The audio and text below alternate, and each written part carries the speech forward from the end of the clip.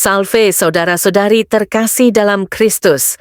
Hari ini kita akan ngobrol ringan tentang sesuatu yang sering ditanyakan, tapi jarang dijelaskan dengan sederhana. Apa itu dosa berat dan dosa ringan? Bagian 1. Pengantar umum. Sebagai orang Katolik, kita percaya bahwa dosa adalah pelanggaran terhadap kehendak Allah, tapi tidak semua dosa itu sama. Gereja Katolik membedakan antara dosa berat dan dosa ringan. Kenapa dibedakan? Karena dampaknya juga berbeda, baik terhadap hubungan kita dengan Allah maupun dengan sesama. Bagian 2. Penjelasan dosa berat. Mari mulai dari dosa berat. Dosa berat itu adalah dosa yang memutus hubungan kasih kita dengan Allah.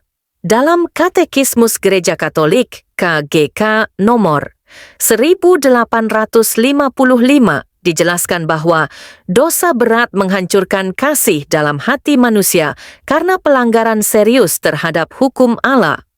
Ada 3 syarat supaya suatu dosa bisa disebut sebagai dosa berat.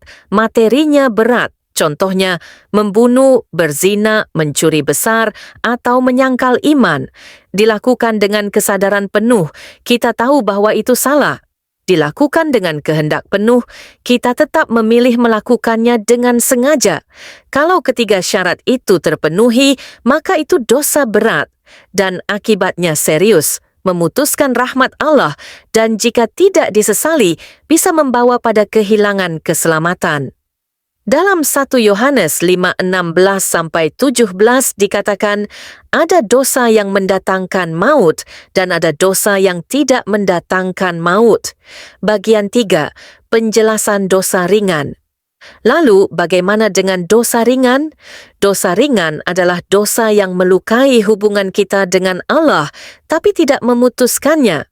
Contohnya, berbohong kecil, marah tanpa alasan kuat, menunda-nunda kewajiban, atau malas berdoa.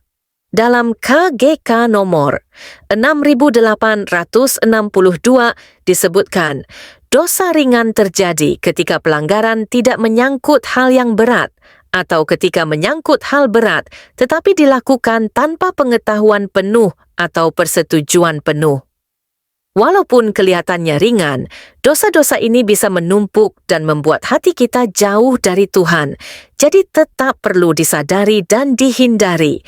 Bagian 4. Sejarah dan dasar ajaran. Pembedaan dosa ini sudah ada sejak gereja awal. Santo Agustinus dan Santo Thomas Aquinas membahasnya secara mendalam. Lalu pada Konsili Trente abad ke-16, gereja secara resmi mengajarkan perbedaan ini sebagai bagian dari iman Katolik. Dan hari ini kita bisa menemukannya jelas dalam Katekismus. Jadi saudara-saudari terkasih, sekecil apapun dosa kita, Tuhan selalu membuka tangannya untuk mengampuni. Kalau kita sadar melakukan dosa berat, jangan tunda lagi. Datanglah ke sakramen tobat. Di sanalah kita mengalami kasih Allah yang menyembuhkan dan mengangkat kita kembali. Karena seperti tertulis dalam Mazmur 51:19, korban sembelihan kepada Allah ialah jiwa yang hancur, hati yang patah dan remuk. Ya Allah, tidak akan Kau pandang hina. Terima kasih sudah mendengarkan.